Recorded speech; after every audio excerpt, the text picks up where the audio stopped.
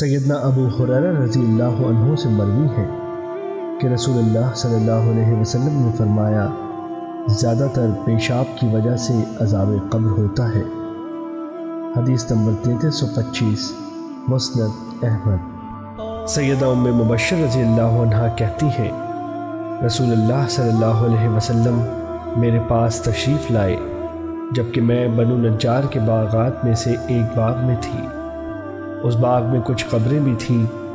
یہ قبروں والے قبل از اسلام دور جاہلیت میں مرے تھے۔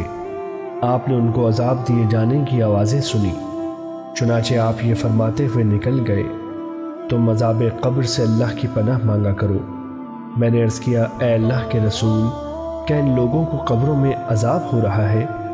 آپ نے فرمایا، جی ہاں، ان کو ایسا عذاب دیا جاتا ہے کہ جو جانوروں کو سنائی دیتا ہے۔ حدیث نمبر 3316، مسند احمد۔ سیدہ عائشہ رضی اللہ عنہ کہتی ہے، میرے دروازے پر ایک یہودی عورت کھانا مانگنے کے لیے آئی اور اس نے کہا، اللہ تمہیں فتنہ دجال اور عذاب قبر سے محفوظ رکھے، مجھے کھانا دو۔ میں نے اسے کافی دیر تک روکے رکھا، یہاں تک کہ رسول اللہ صلی اللہ علیہ وسلم تشریف لے آئے۔ میں نے عرض کیا، اے اللہ کے رسول، یہ یہودی عورت کیا کہتی ہے؟ آپ نے فرمایا، کیا کہتی ہے؟ میں نے کہا، یہ کہتی ہے کہ اللہ تمہیں دجال کے فتنے سے اور قبر کے عذاب سے محفوظ رکھے۔ یہ سن کر رسول اللہ صلی اللہ علیہ وسلم کھڑے ہو گئے، اپنے ہاتھوں کو پھیلایا اور اللہ سے دجال کے فتنے اور قبر کے عذاب سے پناہ مانگنے لگے۔ پھر فرمایا، دجال کا فتنہ تو ایسا فتنہ ہے کہ ہر نبی نے اپنی امت کو اس سے خبردار کیا۔ میں بھی تمہیں اس سے ایسے خبردار کرتا ہوں کہ کسی نبی نے اپنی امت کو ویسا خبردار نہیں کیا۔ سنو کہ وہ کانا ہوگا جبکہ اللہ تعالیٰ کانا نہیں ہے، اور اس کی آنکھوں کے درمیان کافر کا لفظ لکھا ہوا ہوگا، ہر مومن اسے پڑھ لے گا۔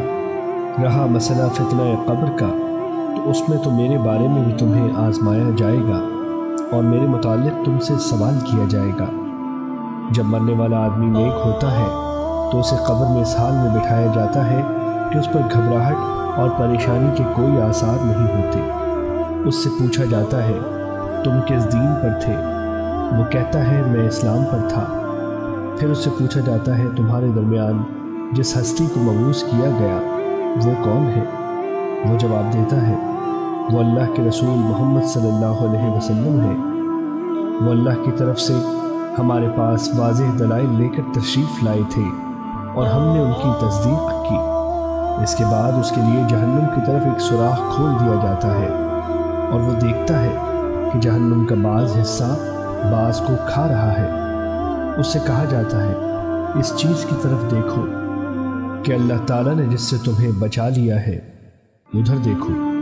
پھر اس کے لیے جنت کی طرف ایک سوراخ کھول دیا جاتا ہے۔ وہ جنت کی رونق و بہار اور اس میں موجود دوسری نعمتوں کو دیکھتا ہے اور اس سے کہا جاتا ہے، اس جنت میں یہ ٹھکانہ تیرا ہے۔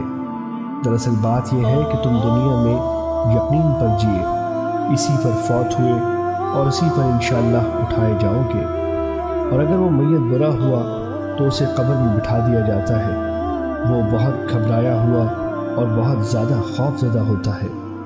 اس سے پوچھا جاتا ہے، تو دنیا میں کس دین پر تھا؟ وہ جواب دیتا ہے، میں کچھ نہیں جانتا۔ اس سے کہا جاتا ہے، جس ہستی کو تمہارے درمیان مبعوث کیا گیا وہ کون ہے؟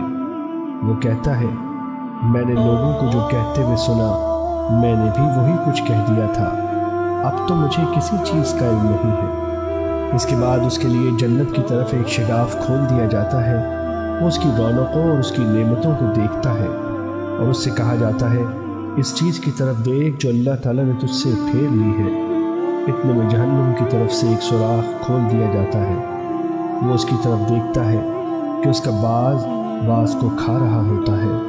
پھر اسے کہا جاتا ہے، جہنم میں تیرا ٹھکانہ یہ ہے۔ دراصل بات یہ ہے کہ تو شک پر تھا، اسی پر مرا اور اسی پر تجھے انشاءاللہ اٹھایا جائے گا۔ پھر اسے عذاب دیا جاتا ہے۔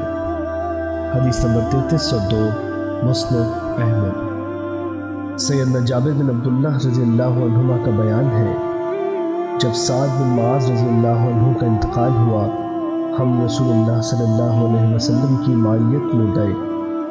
آپ نے ان کی نماز جنازہ پڑھائی۔ بعد ازاں جب انہیں قبر میں رکھ کر مٹی برابر کر دی گئی تو رسول اللہ صلی اللہ علیہ وسلم کافی دیر تک سبحان اللہ اور اللہ اکبر پڑھتے رہے۔ ہم بھی آپ کے ہمراہ سبحان اللہ اور اللہ اکبر کہتے رہے۔